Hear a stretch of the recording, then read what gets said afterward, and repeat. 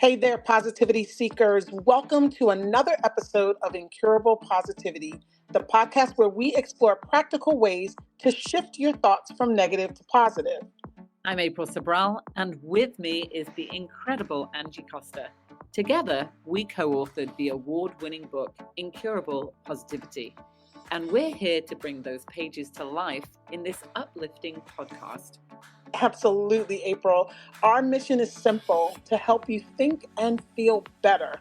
Life throws challenges our way, but it's how we respond that makes all the difference. Today, we've got some tactical tips to share with you that can truly transform your mindset. For more positivity, head to www.incurablepositivity.com.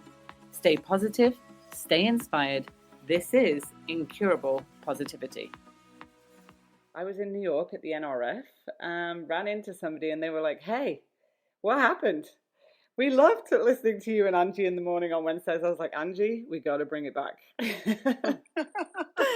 So, you got to listen to people, right, when they say things to you. And so we are back nice and early on a Wednesday to, talk about positivity. I'm so excited to be back, Angee. It's 2024 and big things are going to happen this year, right?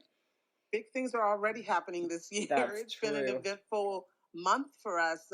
So many great things have happened this year. So if it's starting with a bang, so I can't wait to see what else is in store. That's true. I'm excited. Yeah, let's do it. Let's do it. So you challenged me, I think, last week when you said about the 5 a.m. club. Yes. The 5 a.m. club. And I was like, oh no, 5 a.m. If anybody knows me, I do have morning routines, but I am certainly not a 5 a.m. person. That's not part of my positivity practices to get up at 5 a.m. I know what makes me feel good. But anyway, this idea of this 5 a.m. club, you had me really thinking about this last week. I only discovered it. It's a book that's been around for quite some time. I mean, obviously it's a concept that's been around forever, but I only discovered it a few months ago, and I had to ponder it for a while because it was something I wanted to commit to. Getting up at 5 a.m. I typically get up at 6 anyway, but that's a real challenge to move back an hour and to really take the time for all of the self-care that we were all talking about, hearing about, reading about, taking time for your spiritual practices, for your physical practices, and just the stillness at 5 a.m. It's so amazing. And I really, really wanted to give it a go, really wanted to commit. We talk about that a lot, the power of commitment. Not just, oh, that's a great idea, but literally to say, this is something that I'm going to pour my heart and soul into and really, make a promise to myself to give me that extra hour. And it's been tremendous for me. Well, I'm glad it's tremendous for you because I am joining you on this path of 5 a.m. And I thought, you know what? If I'm going to do it, I'm going to start a new pattern, a new behavior, a new commitment on the first day of my new move, my new environment. Because we can always say, I'm going to put it off, or I'll do it next week, or I'll start eating better next week, or I'll just have that one thing left, and then tomorrow I can do it. And I was like, nope, today I am going to change my environment, which is really, really important actually to changing your patterns, to changing your thought patterns, especially in your programming. And I'm going to get up and I'm going to start this 5 a.m. thing. And I know it's consistency and focus that's going to make it successful, right? And actually, before I went to bed last night, I said to myself, okay, great, I'm going to do some positive thinking before I go to bed. And I actually wrote down in my journal, I'm really excited to get up at 5 a.m. I'm really excited to feel the day, to have that time before everything else starts. And so set my alarm, right? Get up at 5 a.m. And I was like looking at the clock and I was like 5:03, 5:03. I was like, I've got 5 minutes. Okay, April, get up. So then I told my brain, like, get up, right? So I'm having this conversation with myself. And I can tell you already by 8 o'clock this morning, I feel so much better. I feel like I did it. It was something that I accomplished. And when we start to have a sense of accomplishment, our brain actually starts to, our body starts to feel better, and we actually start to interrupt those thought patterns that have been holding us hostage. I do think that there's something to be said for just interrupting our patterns in our life that start with our thinking. For sure. And I do want to mention that the way that the system, in the 5 a.m. Club book lays it out is, that there are 3 hours from 5 to 6, 6 to 7, and 7 to 8. And each one of those 3 hours can be dedicated to whatever you want to dedicate it to. Of course, the author gives suggestions and ideas, but when I first did it, I found that by taking those out, the first hour to work on my spiritual practices, meditation.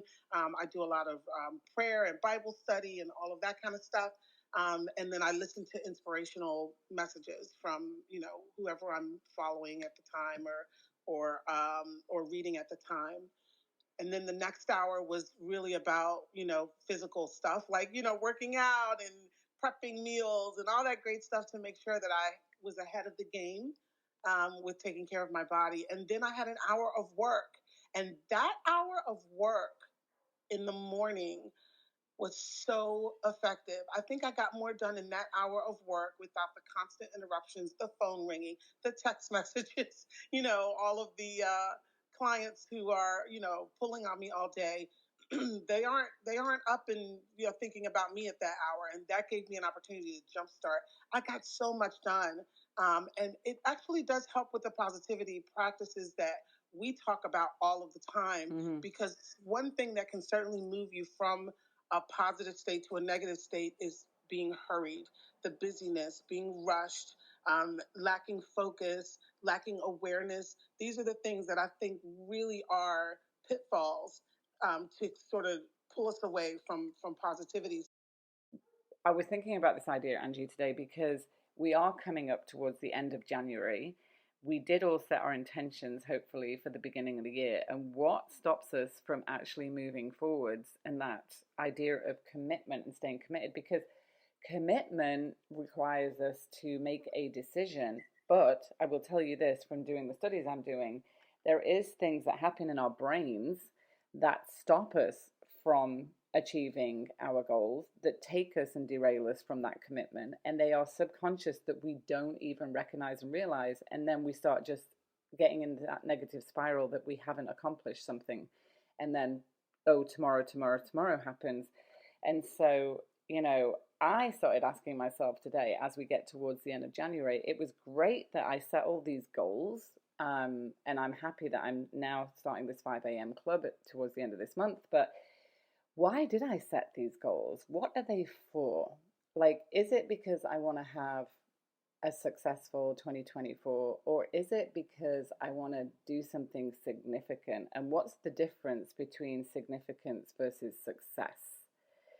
And so I wanted to ask you that. What is the difference between significance and success? Because like I said, we all want to have a really good 2024. We're in January, we're 3 weeks in. We've got a week left to kind of check and balance where we're at. I don't know, do you think about the difference between significance and success? Do you want to have a successful January, or do you want to have a significant January?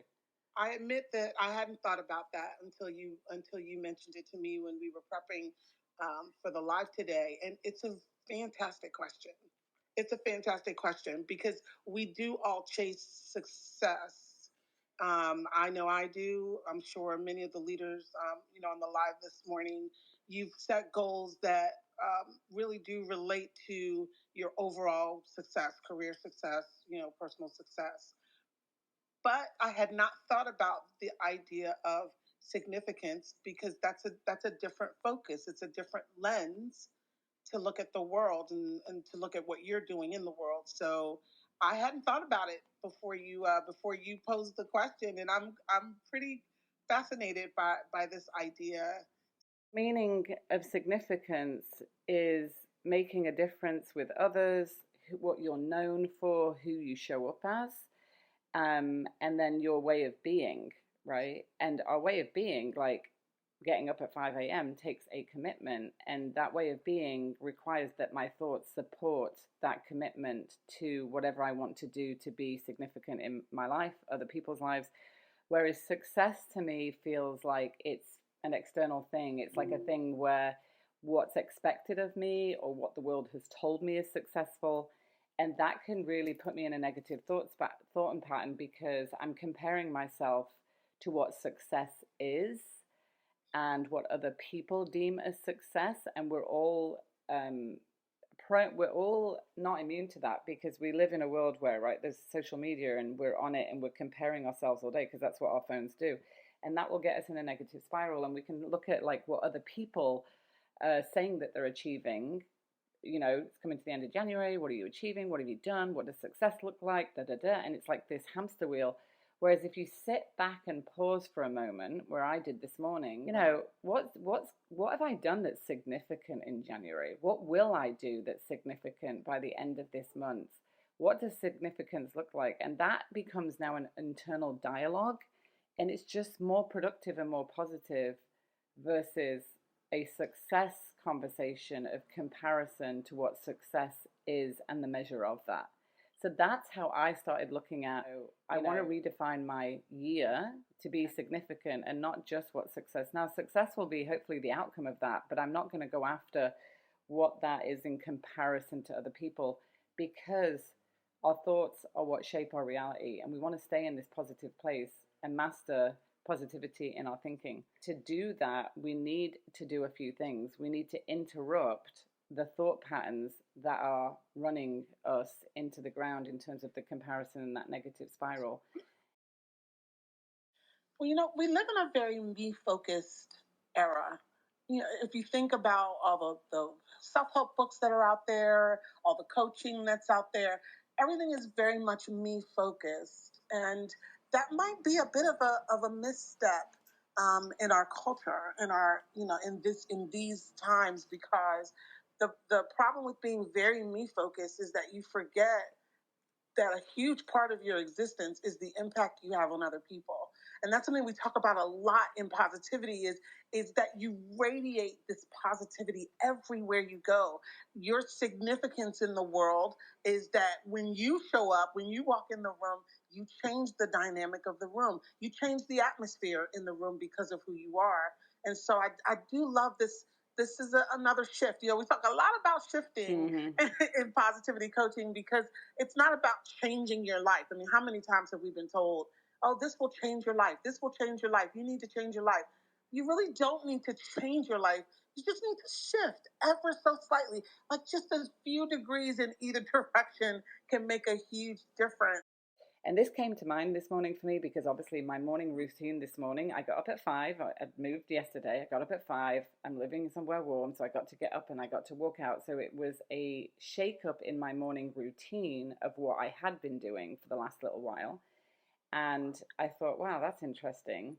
So shaking up your routines or the things that you do actually can have a lasting impact on your mind programming, your thoughts, the way that you're doing things, because it just is exactly that. It shakes things up. And when you want to get a new outcome, you want to do something significant, you want to achieve whatever it is that you wrote down, and you want to make sure that you're staying committed in a consistency and focus way on the good thoughts, on the good behaviors, then shaking things up when you're in a rut can really make a difference. It can shake up your thought patterns. So this idea of shaking it up, what can you do to shake things up? Well, we all know that exercise is a helpful thing, right? I'm not going to go on about that, but it actually is a helpful thing to shake up your mind, to get your serotonin going, get you in a positive space. But there's other things that you can do throughout your day and your morning routine that can shake things up, like, for example, brushing your teeth with the opposite hand. Now, this might sound really simple, but in my practice, in my study, we actually practice doing things that are very different to the things that we would normally do. Consistency and focus are really great, but consistency sometimes, when we're stuck in a pattern, is not great, because we need to shake it. So brushing your teeth with the other hand, or brushing your hair with the other hand, or wearing a different color, or driving down a different way to work, or taking a walk down a different street, or I don't know, making your coffee in a different mug than you would normally do it, writing in the back of your journal than the front of your journal. There's so many things that you can do to shake things up so that you can start to shake up your thought patterns that could be keeping you stuck. What comes to mind is one of my clients who we're writing her memoir, and she said one of the things she did to shake up her life was to introduce herself to one person at her job per day. She worked in this, huge corporation, and we all just kind of go about our day, and we're in the halls or in the meeting rooms or whatever, but we don't take the time to get to know the people we're working with. So she said she was going to introduce herself to one person per day. Now she's an introvert like I am, and like April is, believe it or not, but she said it completely transformed her mindset, her attitude, her thought pattern, and her career, because she said by the end of the year, everybody knew her because she was just one little thing, just saying hi. My name is Ellen. Just that one little action was enough to change her attitude and perspective about work. When she came in, she knew all these different people, and everyone was saying hello and having lunches together and coffees together. And I think these little things that we think are insignificant, as you said, they really do make a difference, because we are sort of programmed to do the same thing in the same way all the time. And anything you can do to sort of shift that a little bit is going to be significant. I like that. Meeting one person every day. That's really cool, especially if you're working in a job. Yeah, I think, again, just going back to where we started, right? Like the third, January, New Year, we all came in with intentions, goals, things we wanted to achieve. Where are we when it comes to that? Have you checked in on yourself, to celebrate the wins, but also to think about, do you want to have a successful January? Do you want to be doing something significant? What's the difference between that? I would highly encourage you to do some Googling on that today and like really check in what is significance, because it comes internally versus success is what's thrown at us. And do your goals, do your intentions for 2024 actually create a life of significance versus just success? And then shake things up, shift things if things aren't working, shift things and shake things up by doing small things consistently different so that you can interrupt some thought patterns that may be getting you stuck. And I don't know, maybe get up at 5 a.m. Try the 5 a.m. club. That is my shake up this week. My shake up and shift is literally to get up at 5 a.m. I'm in a new environment, which is already creating a shift. It's shaking me up a little bit because I'm not in where I was, and I'm on a new journey and starting a new path. And I want to make the most of this shift in environment. But if you can't shift your environment, right, there's so many other things you can do to shift.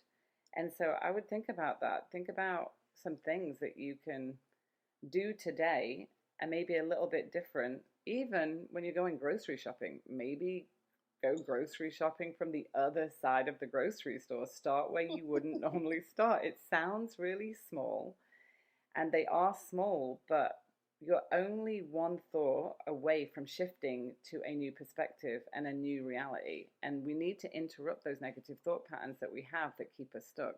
And this is one way, one tactical practice that you can do. So, what are you going to do, Angee? What's a shift that you can do? What's something you're going to do to shake it up? I know you're already on the 5 a.m. club, but is there anything else? Yeah, I've been doing that for quite a bit, for a couple of months now. But something you can do to certainly shift your work environment is to move your desk or put your computer screen on the other side of the desk. I mean, that is freaky. It's weird. I do that from time to time. If I'm stuck and I've got writer's block, I write most of the day. And so if I'm stuck, I just move my computer to the other side of the desk. It sounds simple, but it does actually sort of like free that thought pattern and that flow. You feel a little excited. You feel a little, a little crazy. I don't know what it is. It's just like, wow, this is different. And somehow that releases the energy flow and I'm able to get to writing again. I think it's just important to do something to really, as April said, check in on yourself and then take action because the numbers don't lie. 92% of people started goals on January 1st and they're already done. They're already out of the game at this point. And that's really, that's a sad statistic, but there's also the 8% that are sticking with it. They are in the game. They are fighting the fight. And I think that that's because they are willing to do some of these things that the 92% won't do. That's just the reality. The 8% is doing something the 92% are just not willing to do. So if you're one of those people who set a goal on January 1st and you are not consistent with it at this point, just start over. We don't have to wait for any particular date. This can be the date. If you bowl, I don't know if there are any bowlers out there, but if you're having a bad game and you find that you're in the fifth frame and you're just, sinking gutter balls and missing splits and whatever, something bowlers do is they just put a little line on their bowling sheet. They just put a little line, and that line sort of is a new start to the game. Like the first 5 frames were one game, the second 5 frames are going to be it's going to be a different game. And I think that's a really neat way to kind of hack your own mind. Yeah. These are little hacks that you can do in order to make a shift that's very, very simple but incredibly effective. Yeah, and when you catch yourself, I love that. And when you catch yourself having that moment of like, oh, I'll do it tomorrow. Yeah, I'll start again tomorrow. That start again tomorrow needs to be shifted right away. When that start again tomorrow, I'm going to start that again tomorrow. Do something right away that you can have a sense of accomplishment with.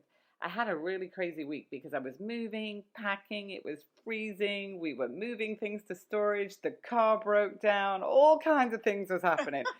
My eating routines were not the best, I've got to say that, right? And then I was like, okay, I'm going to start again when I get to 4. I'll get back on my routine of eating today. And then I said to myself yesterday, what am I doing? I'm literally telling myself I'm putting it off. So what I did in that moment, I literally stopped. I went to Whole Foods.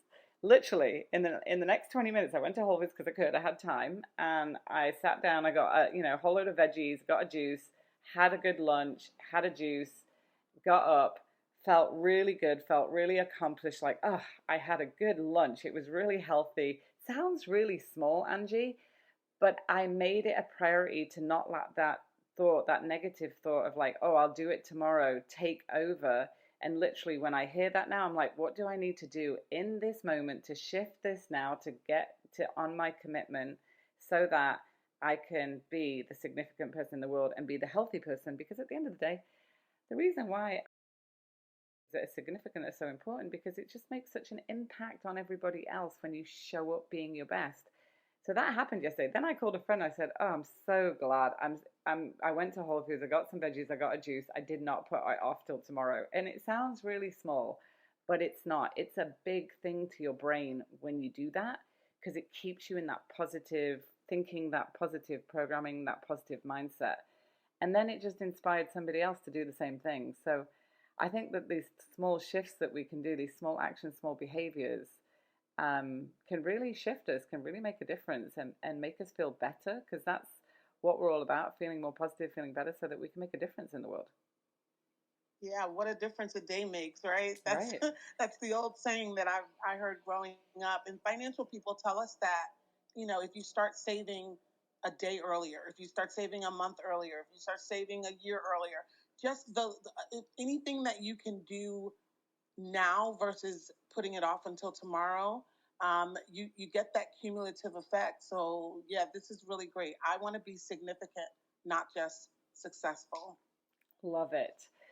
Well, thank you, Angee, for getting me up at 5 a.m. And thank you to all of you for listening in. We appreciate you. Um, we always say have a wonderful Wednesday. It's not hump day, it's wonderful Wednesday. We've recoined Wednesdays to wonderful Wednesday. We get to go out and make a difference in the world. Be positive, show up positively, catch those thought patterns, shift things, shake things up. Yeah, and go meet somebody today. Go meet somebody today. All right, I'm collecting good mornings and good afternoons all day. Thank you so much. And with that, we'll wrap up the...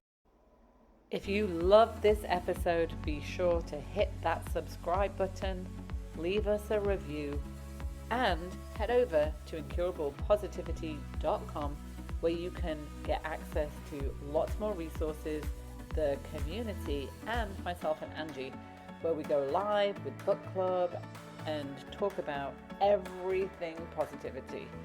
We love you, we appreciate all of you, and until next time, stay positive.